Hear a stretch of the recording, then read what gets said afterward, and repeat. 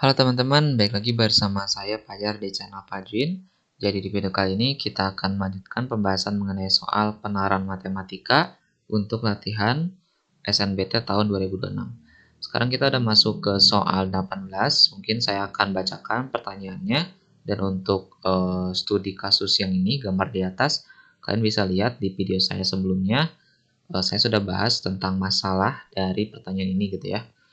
Oke, kita langsung ke pertanyaannya. Ukuran tiap lubang air sama dan R2 berbanding R4 dan R6 sama dengan 6 banding 4 banding 2. Oke, berarti ini ukuran lubang pipanya sama semua. Dan jari-jari lingkaran di R2, berarti R2 itu adalah lingkaran kedua terluar. R4 berarti lingkaran keempat terluar. Dan R6 lingkaran keenam terluar.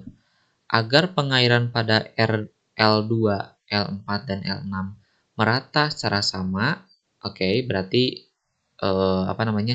lingkaran 2, 4, 6 ini anggapannya atau asumsinya sama gitu ya. Nah, bagaimana perbandingannya? Perbandingan debit airnya yang keluar dari lubang 2, 4, 6 agar pengairannya merata gitu ya. Nah, mungkin sebelum itu kalian harus paham tentang debit air ya, atau ya debit gitu ya. Jadi mungkin sudah dipelajari waktu SMA, ya atau mungkin di bagian fisika ya, kalian udah belajar tentang debit. Jadi debit air itu adalah volume air yang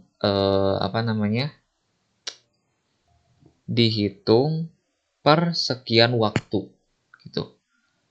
Jadi kalau misalkan kita punya sebuah keran dan ada bak di sini atau ada wadah dan ini airnya gitu ya ke bawah. Nah, misalkan kita ingin menghitung 1 detiknya itu volumenya itu nyampe berapa gitu ya. Misalkan 1 detik volumenya segini gitu.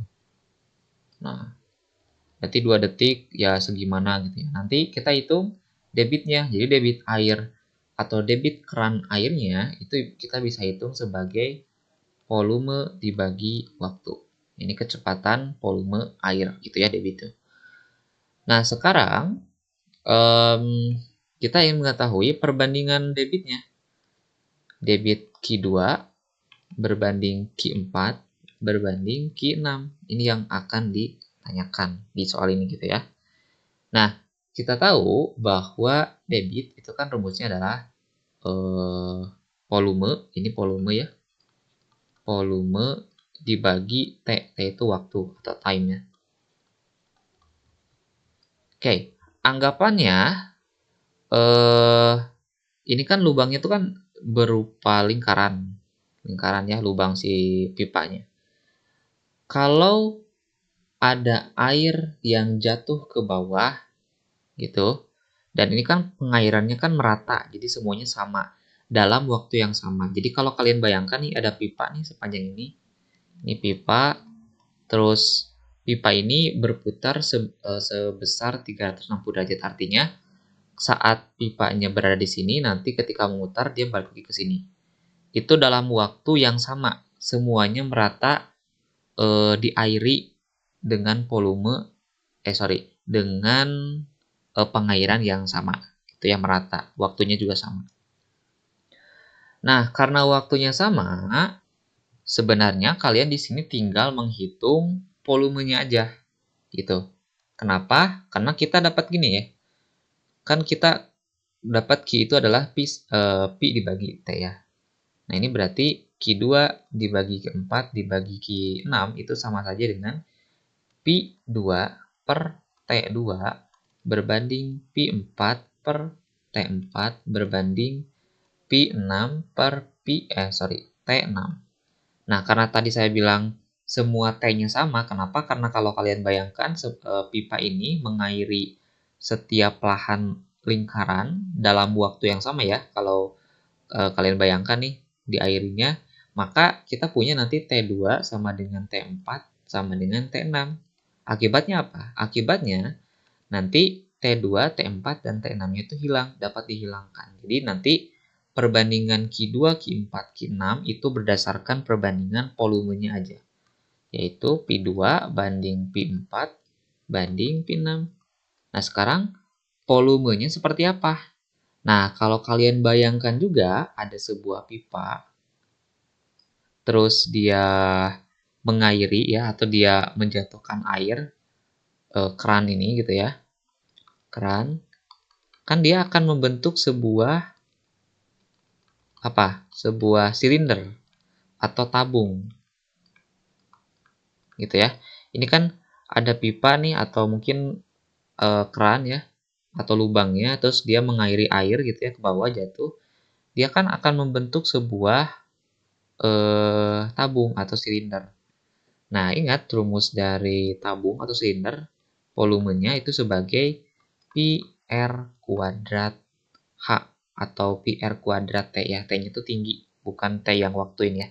Mungkin kita rubah aja variabelnya, takutnya dianggap sama. H ya, height atau ketinggian. Nah, di sini karena pipanya ya kita asumsikan atau kita berikan intuisi ya dalam kasus ini bahwa tinggi masing-masing pipa itu sama semua ke bawah gitu ya. Jadi kita bisa anggap bahwa H2 sama dengan H4 sama dengan H6. Jadi nanti kita punya masing-masing si pi-nya.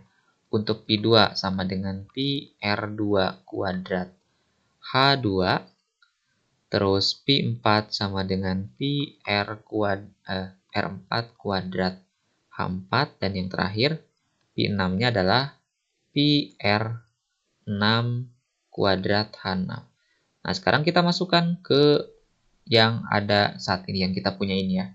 Pi 2 banding Pi 4 banding Pi 6. Pi 2-nya Pi R kuadrat, Pi R2 kuadrat H, ya, karena sama mungkin kita tulis aja H2 dulu ya.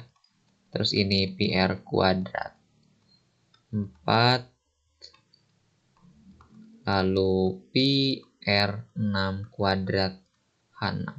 Oke, karena tadi kita punya H2, ketinggiannya sama ya, ini H, maka kita bisa hilangkan H-nya.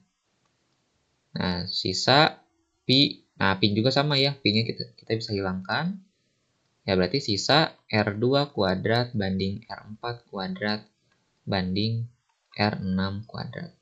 Nah, sekarang berapa R2, R4, R6-nya itu? Yaitu 6 banding 4 banding 2 ya. Lihat ya di sini. Jadi kalau kita kuadratin jadinya 36 banding 16 banding 4.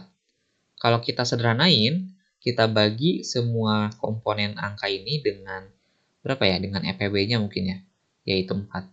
Kita bagi semuanya dengan 4, 36 bagi 4, 9, 16 bagi 4, 4, 4 bagi 4, 1. Dapatlah perbandingan paling sederhana, yaitu 9 banding 4 banding 1 ya. Jawabannya E.